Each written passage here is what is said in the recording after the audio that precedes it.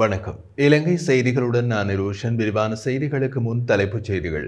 ஜனாதிபதியுடனான சர்வகட்சி மாநாட்டை தொடர்ந்து எதிர்க்கட்சித் தலைவர் சஜித் பிரேமதாச வெளியிட்டுள்ள விசேட அறிவிப்பு. உள்ளூராட்சி தேர்தல் தொடர்பாக தேசிய தேர்தல்கள் ஆணைக்குழுவில் அளிக்கப்பட்டுள்ள முறைப்பாடுகள் ஆயத்தை தாண்டியுள்ளதாக தேர்தல்கள் ஆணைக்குழு அறிவிப்பு. வடக்கு மக்களின் உணர்வுகளை அரசியலுக்காக தவறாக பயன்படுத்துவதை தேசிய மக்கள் சக்தி நிறுத்த வேண்டும் என்று நாமல் ராஜபக்ச சுட்டிக்காட்டு. ரணில் விக்ரமசிங்க மற்றும் ராஜபக்ச உட்பட்ட தனிப்படை ரீதியாக இந்த அரசியல்வாதிகள் மீது எங்களுக்கு கோபம் கிடையாது என்று பிரதியமைச்சர் சுந்தரலிங்கம் பிரதீப் தெரிவிப்பு. தொடர்வது விரிவான செய்திகள். ஜனாதிபதியுடன் நடைபெற்ற சர்வகட்சி மாநாட்டை தொடர்ந்து எதிர்க்கட்சித் தலைவர் சஜித் பிரேமதாச முக்கிய அறிவிப்பொன்றை வெளியிட்டுள்ளார். அமெரிக்கா விதித்துள்ள பரஸ்பர வரி குறித்து கலந்துரையாடவும் அதற்கான சரியான திட்டங்களை வகுக்கவும் பொருளியல் நிபுணர்களை அமெரிக்காவுக்கு அனுப்பும்படி ஜனாதிபதிக்கு தெரிவித்ததாக சஜித் தெரிவித்துள்ளார். அமெரிக்க ஜனாதிபதி டொனால்ட் ட்ரம்ப் வரி தீர்மானத்தை ஒத்திவைத்திருந்தாலும் இலங்கை எதிர்கொள்ளும் அபாயங்களை ஜனாதிபதிக்கு விளக்கியுள்ளதாகவும் அவர் கூறினார். சஜித் பிரேமதாச மேலும் கூறுகையில், இலங்கையின் ஆடைத்துறையில் 3.5 லட்சம் பேர் நேரடியாக வேலை செய்து வருவதாகவும் அதனால் சுமார் 1 மில்லியன் பேர் மறைமுகமாக பயனடைவதாகவும் குறிப்பிட்டார். மொத்த ஏற்றுமதியில் 38% ஆடை ஏற்றுமதியாக இருக்கும் நிலையில் 28% ஐரோப்பிய ஒன்றியத்திற்கும் 13% அமெரிக்காவுக்கும் அனுப்பப்படுவதாக அவர் குறிப்பிட்டார்.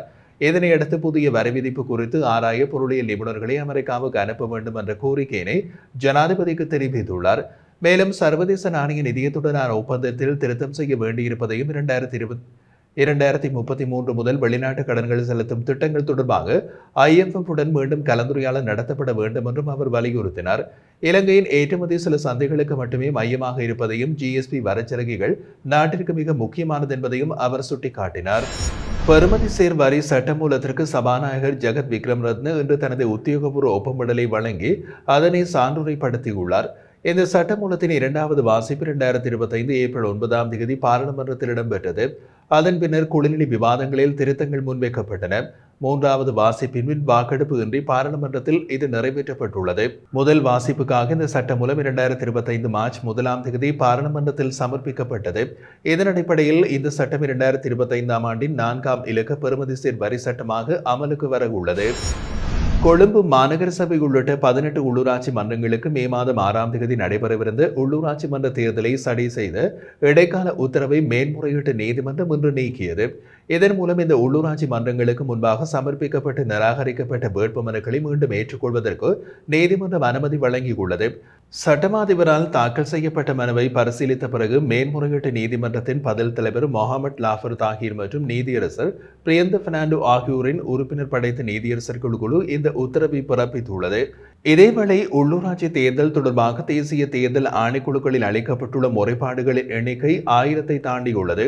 கடந்த மார்ச் 20 முதல் தேசிய தேர்தல் முறைப்பாடுகள் மையம் மற்றும் மாவட்ட தேர்தல் முறைப்பாடுகள் மையங்களில் மொத்தமாக 1046 முறைப்பாடுகள் பதிவு செய்யப்பட்டுள்ளதாக தேர்தல்கள் ஆணைக்குழு தெரிவித்துள்ளது. நேற்று முன்தினம் ஏப்ரல் 9 தேர்தல் சட்டங்களை மீறியதாக 98 சம்பவங்கள் பதிவாகியுள்ளன. ஒவ்வொரு நாளும் முறைப்பாடுகளின் எண்ணிக்கை அதிகரித்து வருவதாகவும் ஆணைக்குழு கூறியுள்ளது. உள்ளாட்சி தேர்தல் எதிர்வரும் மே மாதம் 6 நடைபெறவுள்ளமை குறிப்பிடத்தக்கது. உலகளாவிய அதிர்ச்சிகளின் விளைவுகளை இலங்கையில் முழுமையாக மதிப்பீடு செய்ய மேலும் நேரம் தேவை என்று சர்வதேச நாணய நிதியம் அறிவித்துள்ளது. இலங்கையில் தங்களது சுற்றுப்பயணத்தை முடித்த பிறகு IMF-இன் மூத்த தூதுக்குழு தலைவர் இவான் பபாஜியோர்ஜியா தலைமையிலான குழு இந்த கருத்தினை வெளியிட்டுள்ளது. IMF-இன் விரிவாக்கப்பட்ட நிதி வசதி திட்டத்தின் கீழ் நடைமுறையில் உள்ள இலங்கையின் பொருளாதார சீர்திருத்தங்களின் முன்னேற்றம் மற்றும் சமீபத்திய உலகளாவிய பொருளாதார போக்குகள் தொடர்பாக விமர்சன பரிமாற்றங்களை மேற்கொள்வதற்காக இந்த குழு கடந்த ஏப்ரல் 3 இலங்கைக்கு வருகை தந்திருந்தது. விழிப்புணர்வுடன் வெளியிட்ட அறிக்கையில் சமீபத்தில் உலகளாவிய அதிர்ச்சிகள் மற்றும் தொடர்ந்து நிச்சயமற்ற சூழ்நிலை இலங்கை பொருளாதாரம் மீள சீர்பெறும் பயணத்தில் புதிய சவால்களை உருவாக்குவதாக தெரிவிக்கப்பட்டுள்ளது. இந்த சூழலில் உலகளாவிய அதிர்ச்சிகள் மற்றும் அவை IMF திட்டத்திற்கு ஏற்படுத்தக்கூடிய விளைவுகளை முழுமையாக மதிப்பீடு செய்ய மேலும் கால அவகாசம் தேவைப்படுவதாகவும் குழு குறிப்பிட்டுள்ளது. வடக்கு மக்களின் உணர்வுகளை அரசியல் பயனுக்காக தவறாக பயன்படுத்துவதை தேசிய மக்கள் சக்தி நிறுத்த வேண்டும் என்று பொதுஜன பெரமுனவின் நாடாளுமன்ற உறுப்பினர் நாமல் ராஜபக்ச குறிப்பிட்டுள்ளார். தமது அதிகாரப்பூர்வ எக்ஸ் பக்கத்தில் வெளியிட்டுள்ள பதிவில், யாழ்ப்பாணத்தில் பலாலி சாலையினை கடுமையான கட்டுப்பாடுகளோடு திறந்த அரசாங்கத்தின் நடவடிக்கையை அவர் கடுமையாக விமர்சித்துள்ளார். பாதுகாப்பு காரணங்களுக்காக அடைக்கப்பட்டிருந்த இந்த சாலை தேவையான பாதுகாப்பு சரிபார்ப்புகள் இல்லாமல் திறக்கப்பட்டுள்ளதானது மிகுந்த கவலையை ஏற்படுத்துவதாகவும் இது தேர்தல் முன் வாக்குகளை பெறும் அரசியல் நடவடிக்கையாக போன்று தெரிகின்றது என்றும் அவர் தெரிவித்தார். மேலும் மக்களை தவறாக வழிநடத்தும் நடவடிக்கையில் ஈடுபட வேண்டாம். பாதுகாப்பு என்பது முதன்மையானது. சாலை திறப்பு, முழுமையான பாதுகாப்பு மற்றும் மதிப்பீடுகள் மற்றும் பொதுமக்களின் நலனை கருத்தில் கொண்டு மட்டுமே மேற்கொள்ளப்பட வேண்டும் என்றும் அவர் வலியுறுத்தியுள்ளார். ரணில் விக்ரமசிங்க மற்றும் ராஜபக்ச உள்ளிட்ட எந்த அரசியல்வாதியிடமும் எங்களுக்கு தனிப்பட்ட விரோதம் இல்லை. ஆனால் அவர்களின் ஆட்சி காலத்தில் நாட்டின் சொத்துக்கள் மாறாக நசுக்கப்பட்டன என்று பிரதியமைச்சர் சுந்தரலிங்கம் பிரதீப் தெரிவித்தார்.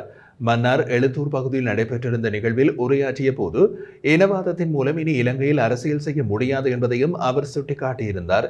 இன்று நாட்டில் பாரிய அரசியல் மாற்றம் நிகழ்ந்துள்ளது. இதுவரை ஆட்சி அதிகாரம் தங்களை உயர்ந்த வர்க்கமாக கருதிய சிலரிடம் மட்டுமே இருந்தது. ஆனால் இலங்கை வரலாற்றில் முதல் முறையாக மூவின மக்கள் ஒன்றிணைந்து ஆட்சி அதிகாரத்தை சாதாரண மக்களுக்கு ஒப்படைத்துள்ளனர் என்றும் அவர் தெரிவித்திருந்தார். ஒரு விவசாயியின் மகன் என்று ஜனாதிபதியாக இருப்பது இதற்கான முக்கிய சான்று என்றும் ரணில் விக்ரமசிங்க, ராஜபக்ச ஆகியோர் மீது தனிப்பட்ட கோபம் எங்களிடம் இல்லை என்றாலும் அவர்களது ஆட்சி காலத்தில் மக்களுடைய சொத்துக்கள் சூறையாடப்பட்டிருந்தது.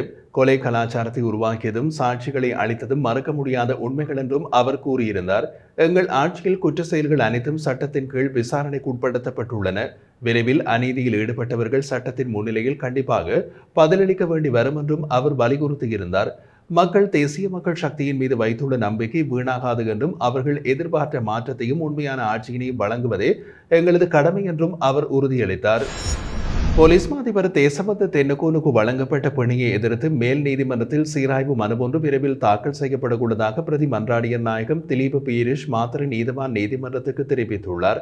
மாத்தறை நீதிவான் அனுருத்த இந்திரஜித் புத்திசாசனவினால் நேற்றைய தினம் தேசபந்து தென்னகோனை 10 லட்சம் ரூபாய் பெறுமதியுடைய 2 சரீரப்பணிகளில் விடுவிக்க உத்தரவிடப்பட்டிருந்தது.